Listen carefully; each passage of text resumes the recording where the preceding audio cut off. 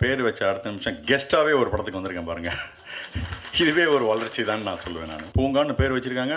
கூட்டமாக இருக்குது. எனக்கு தெரிஞ்சு படத்தில் நடித்தவங்க படத்தை பார்த்தாலே படம் ஓடிடும் போல இருக்குது. என் பையனே தப்பு செஞ்சால் தப்பு தான் தூக்கி தூரப்பட்டுருவேன். அனைவருக்கும் வணக்கம். பத்திரிகை நிருபர்களுக்கும் தொலைக்காட்சி தோழர்களுக்கும் இன்டர்நெட்டு நண்பர்களுக்கும் கரங்கோப்பி சிறந்தாழ்த்த நன்றி கலந்த வணக்கத்தை தெரிவிச்சுக்கிற பெருமைப்படுறேன். பூங்கா இந்த படம் என்னை யாரும் சொன்னாங்க ஒரு சின்ன படங்க அப்படின்னு சொன்னாங்க. நமக்கு சின்ன படம் பெரிய படம் இல்லை, எல்லாம் ஒரே படம் தான். ஆனால் பார்க்கும்போது அது பெரிய படம், பிரம்மாண்டமான படம், ரொம்ப அற்புதமான படம். இதில் உண்மையிலே டைரக்டர் ரொம்ப பாராட்டணும். ஏன்னா நான் வந்த உடனே பார்த்தா பட்டு வயசு கேட்டிருந்தேன். என்ன கல்யாண மாப்பிள்ளை மாதிரி வந்திருக்காரு அப்படின்னு நினச்சி கேட்டேன். என்ன சார் விருதாங்க மாப்பிள்ளையான்னு கேட்டேன். ஆனால் வந்த பிறகு தான் தெரியுது அவர் மாப்பிள்ளைக்கெல்லாம் மேலே அந்த அளவு ஒரு படைப்பை கொடுத்துருக்காரு. ரொம்ப நன்றி சார், ரொம்ப எடுத்துருக்கீங்க சார். உண்மையிலே கௌசிக்கு சொன்ன மாதிரி மிகப்பெரிய இடத்துக்கு நிச்சயமாக போவீங்க. இப்போவுமே பெரிய இடத்துல தான் இருக்கீங்க, இன்னும் பெரிய இடத்துக்கு போவீங்க. கௌசியெல்லாம் கூட வச்சுக்கோங்க. நல்ல நடிகர், நல்ல நம்பிக்கையான நண்பர் அவர் வச்சுக்கோங்க. அதே தயாரிப்பாளர் இரண்டு பேருமே ஆண் சிங்கம் பெண் சிங்கம் மாதிரி. வேட்டையாடினவர் முதல்ல வந்தவர் பேசுகிறவர் வேட்டையாடிட்டு போயிட்டார். பின்னாடி அப்படி கூட அப்படியே ரெண்டே வார்த்தை நன்றி கலந்த வணக்கம் சொல்லிட்டு சிங்கங்கள், பெண் சிங்கம் ஆண் சிங்கம் மாதிரி ரெண்டு பேருமே பண்ணிட்டு போயிட்டாங்க. அவங்களுக்கு நன்றி. படம் பார்க்கும்போது இசையமைப்பாளர் பார்த்தேன், மிக பிரமாதமான இசையமைச்சிருந்தார். பார்த்தா ஃபஸ்ட்டு படம்னாரு, நம்பவே முடியல, அவ்வளோ அற்புதமாக பண்ணியிருக்காரு. அப்புறம் பாலசேகரன் அவர்கள் லவ் டுடே மட்டுமில்லை, பல வெற்றி படங்களை கொடுத்த, பல வெற்றி படங்களில் வேலை செய்த மிக அற்புதமான நல்ல நண்பர், நல்ல மனிதர், கடவுளுக்கு நிகரான அந்த மனிதர் வந்திருக்காரு. உண்மையில் அவரை நம்ம பாராட்டுகளாக இருக்குது.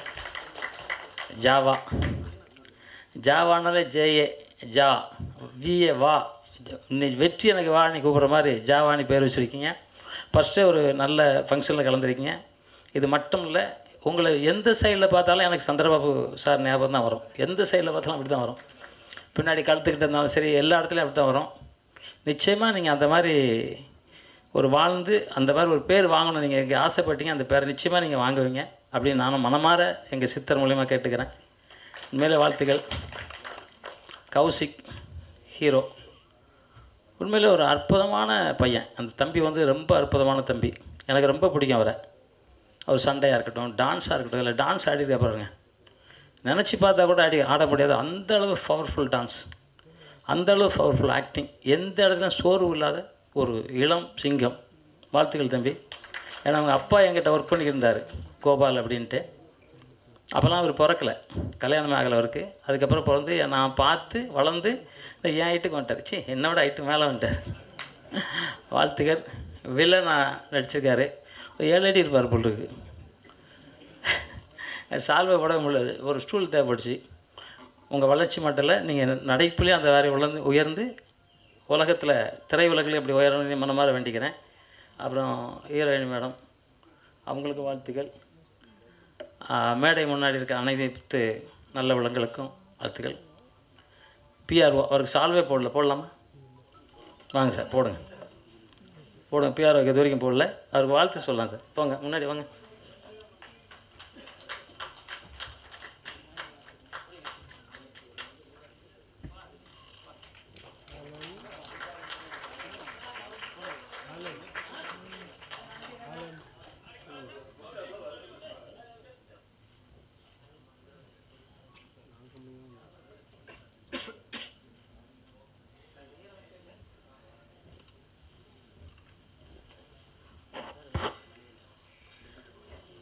ஒரு திண்டுக்கல் மணிகண்டன் டைரக்டர் ரொம்ப பாராட்டினாங்க, எல்லாருமே பாராட்டினாங்க, வில்லன் நடிகர் எல்லோரும் பாராட்டினாங்க. அவருக்கும் ஒரு கைத்தட்டலாம், ஏன்னா நாளை ஹீரோ. உண்மையிலே அவர்கிட்ட அந்த அன்பு பாசம் இருக்குது. நான் கிட்டத்தட்ட ஒரு 2000 படம் பண்ணியிருக்கேன். எப்படியும் ஒரு 1000 டைரக்டர் நான் பார்த்துருப்பேன். அவ்வளோ அனுபவம். அந்த அனுபவத்தில் சொல்கிறேன், இந்த மாதிரி சுறுசுறுப்பான ஆளெல்லாம் நிச்சயமாக ஜெயிச்சே தருவாங்க. திரைக்கு பின்னால் என்ன ஸ்பீடு இருந்தால் ஒருத்தர் ஜெயிக்க முடியுங்கிறது நான் தான் உதாரணம். ஏன்னா நான் தூத்துக்குடியிலேருந்து யாரையுமே தெரியாமல் புரட்சித் தலைவர் எம்ஜிஆர் மூலிமா சினிமாவுக்கு அப்பவும் குள்ளமாக இருக்கிறேனே சண்டையை யாரும் தராமல் திருப்பி புரட்சித் தலைவர் எம்ஜிஆர் சங்கர் இதயக்கண்ணி படம் ஃபைட் மாஸ்டர் பண்ணிட்டு சொல்லி அவர் படம் கொடுத்து ஒரு ஆயுத பூஜைக்கு சண்டுவனில் சிலம்பெல்லாம் சுற்றி குத்து வருஷம் கராட்டே குங்ஃபு இதெல்லாம் செஞ்சு அதுக்கப்புறம் டாப்பில் போனோன்னா இறங்கவே இல்லை. அந்தளவுக்கு டாப், அந்தளவு பயிற்சி, முயற்சி, வெற்றி, ஒழுக்கம் இது அத்தனையும் நான் வச்சுருக்கேன். ஏன்னா எனக்கு எங்கள் அம்மா அப்பா பிறக்கும்போது சின்ன குழந்தையா இருக்குமே எனக்கு சொல்லுவாங்க. தர்மர் கதையும் பீமன் கதையும் அர்ஜுனன் கதையும் கிருஷ்ணர் பரமாத்மா கதையும் ராமர் கதையெல்லாம் சொல்லுவாங்க. அதை கேட்டதுக்கப்புறம் நம்ம அப்படி தான் வாழணும் அப்படின்ட்டு அப்போவுமே 4 வயசில் 5 வயசுல அப்படியே இருந்தேன். அப்புறம் எங்கள் வாத்தியார் தக்ஷாமூர்த்தி ஆச்சாரியர், அவர் சிலம்பத்தில் செடி குச்சி வரம்பு கலையில் பல கலையில் வல்லவர் சித்தர். இப்போ தான் 118 வயசில் இப்போ தான் சமாதி ஆனார். அவர்கிட்ட நிறைய யோக கலையும் வரம்பு கலைகளும் நிறைய கலைக்கிறதுக்கும் அவரும் நியாயத்தை பற்றி சொன்னார். புரட்சித்தில் எம்ஜிஆர் வீட்டுக்கு வரும்போது அவரும் என்கிட்ட நியாயத்தை பற்றி சொல்லிக்கிட்டு இருந்தார். அது நியாயத்தை நான் மாறவே கூடாதுங்கிறது, உயிர் போனாலும் மாறக்கூடாதுங்கிற இருக்கேன். என் பையனே தப்பு செஞ்சால் தப்பு தான் தூக்கி தூர போட்டுருவேன். ஏன்னா விஸ்வாமித்திரர் மாதிரி நான் ஏதோ மன்னிச்சுட்டு விடுறதெல்லாம் நான் இல்லை, அந்த மாதிரி ஆள். இந்த படத்துக்கு பொறுத்த வரைக்கும் பூங்கா, இதில் வந்து எக்ஸசைஸை பற்றி உடற்பயிற்சியை பற்றி அந்த பாட்டு, அந்த ஒரு அக்கா எழுதியிருந்தாங்க பாட்டு. அக்கா தானே? எங்கே அந்த அக்கா? ரொம்ப பிரமாதமாக எழுதியிருந்தாங்க. அவங்களுக்கு வாழ்த்துக்கள் சொல்லுவோம். அக்கா எழுந்திக்கிற மணி நேரம் உட்காருங்க, அதான் எக்ஸசைஸ் பண்ணோம் டெய்லி. அதுக்கப்புறம் பார்த்திங்கன்னா எடிட்டர் மிக பிரமாதமாக எடிட் பண்ணியிருந்தாங்க. டான்ஸ் மாஸ்டர் ரொம்ப அற்புதமாக பண்ணியிருந்தாங்க. அதை உயிர் ஊட்டினவர் கௌசிக் தம்பி.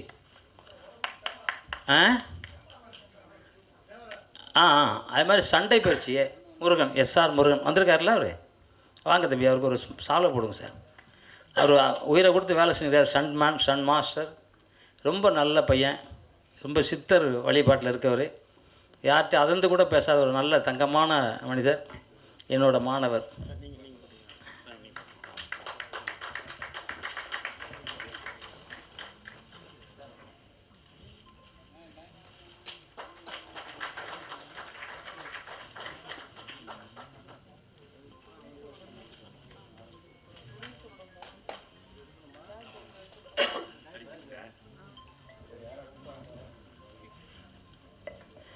ஏன்னா இதில் எல்லாருமே நல்ல வேலை செஞ்சுருக்காங்க.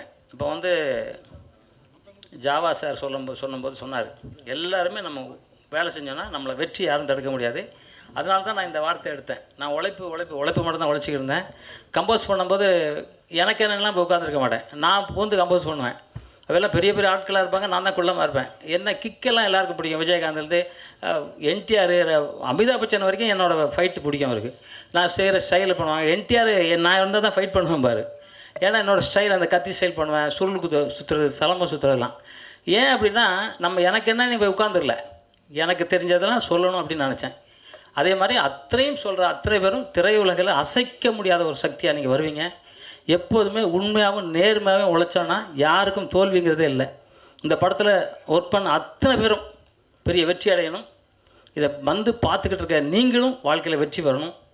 நான் வாழ்வது இல்லை, நாமே வாழ்ந்தால் தான் உலகம் நல்லாயிருக்கும். அதை நாம் அனைவரும் வாழணும் அப்படின்னு சொல்லிக்கிட்டு, உலகத்திலே வந்து இந்தியனாக பிறக்கிறதுக்கு ரொம்ப கொடுத்து வச்சுருக்கணும். இன்றைக்கி பார்த்துருப்பீங்க எல்லா ஊர்லேயும் என்னெல்லாம் சண்டை போடுவாங்க. நம்ம ஊர் எப்படி இருக்குன்னு தெரியும். அதுலேயும் தமிழனாக பிறந்தால் அது தெய்வ பிறப்பு. தமிழனாக பிறந்தவனுக்கு மட்டும்தான் தெய்வ பிறப்பு. இன்றைக்கி சித்தர்களும் புத்தர்களும் புனிதர்களும் மகான்களும் வாழ்ந்துக்கிட்டு இருக்க ஒரே நாடு இந்த தமிழ்நாடு. அந்த தமிழ் வாழ்க, தமிழ் வெல்க, தமிழன் வென்றே தீர்வோம். நன்றி, ஜெய்ஹிந்த்.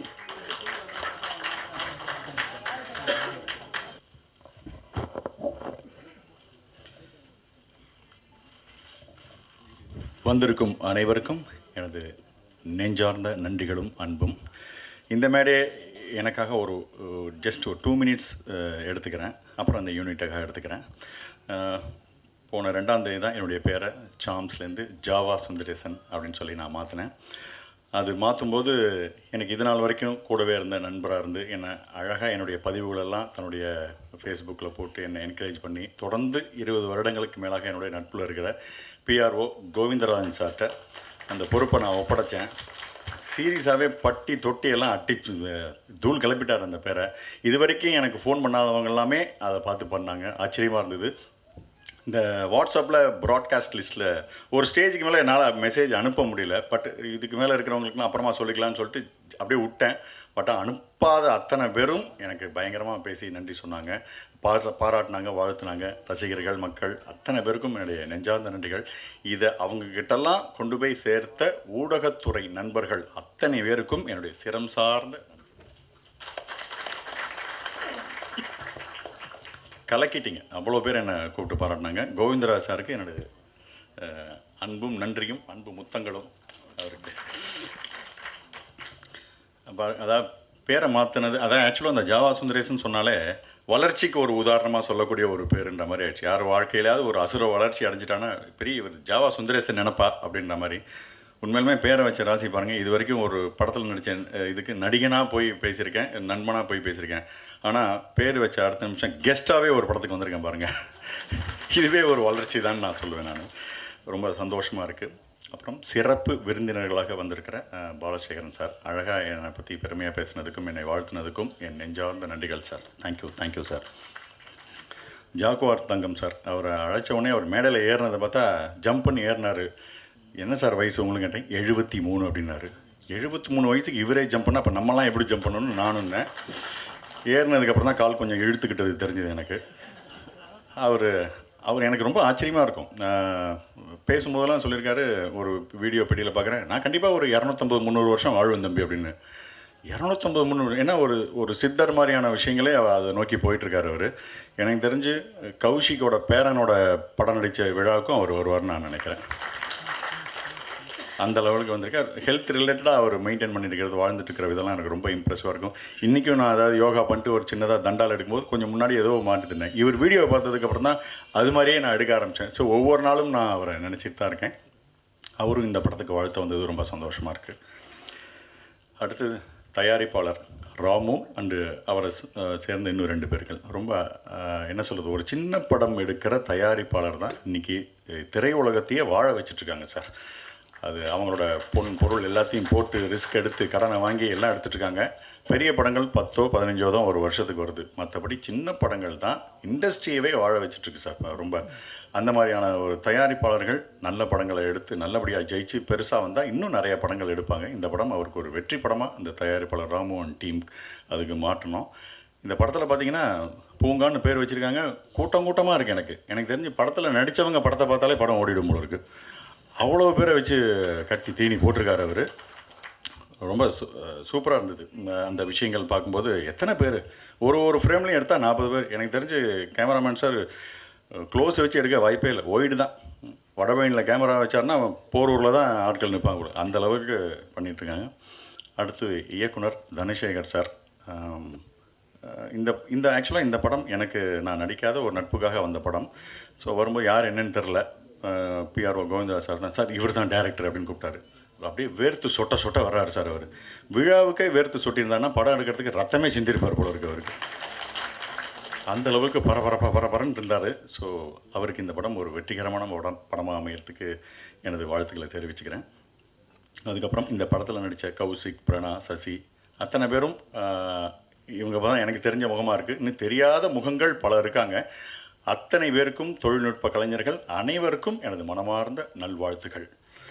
இந்த டயத்தில் நான் ஒன்று சொல்லிக்க விரும்புகிறேன். எல்லாம் ஜென்ரலாக அந்த சில நேரத்தில் சின்ன படம் அப்படின்னு நினச்சிடக்கூடாது. எனக்கு என்றைக்குமே இளையராஜா சார் ஒரு மிகப்பெரிய உதாரணமாக நான் எடுத்துப்பேன் மைண்டில். என்னென்னா, அவர் ராமராஜன் சார் படம், ரஜினி சார் படம், கமல் சார் படம், முரளி சார், யாரை பற்றியும் கவலை இல்லை. என் இசை என் படத்தில் பிரமாதமாக இருக்கணும், அது யார் வேணால் நடிச்சிட்டு போங்கப்பா அப்படிங்கிற மாதிரி அந்த உழைப்பை ஒவ்வொரு படத்துலையும் கொடுப்பார். அது மாதிரி இந்த படத்தில் பங்காற்ற அத்தனை பேருமே இது சின்ன படம்லாம் பார்க்காம இது என் படம், ஒரு படம் உங்கள் திறமை தான் இன்னொரு இடத்துக்கு ஒரு சிபாரிசுன்னு சொல்லுவாங்க இல்லையா. அதனால் அந்தந்த படத்தில் உங்களோட பெஸ்ட்டு உழைப்பை போட்டணும். அது நடிகர்லேருந்து சொல்ல, கேமராமேன்லேருந்து டிசைனர்லேருந்து ஆரம்பித்து அத்தனை பேரும் இந்த படம் நமக்கு ஒரு வாய்ப்பு தரும், கொடுத்த காசுக்கு இது போதும் உழைச்ச அப்படின்னு நினச்சாக்க அங்கே ஏதோ ஒரு உங்களோட வளர்ச்சி தடைபடுது. அதனால் நல்லா உழைங்க.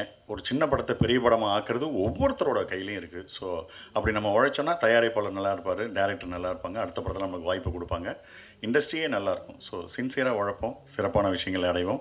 பூங்கா படம் மக்கள் மத்தியில் பயங்கரமாக பேசப்பட்டு ஒரு பேங்காக மாறுறதுக்கு எனது மனமார்ந்த நல்வாழ்த்து.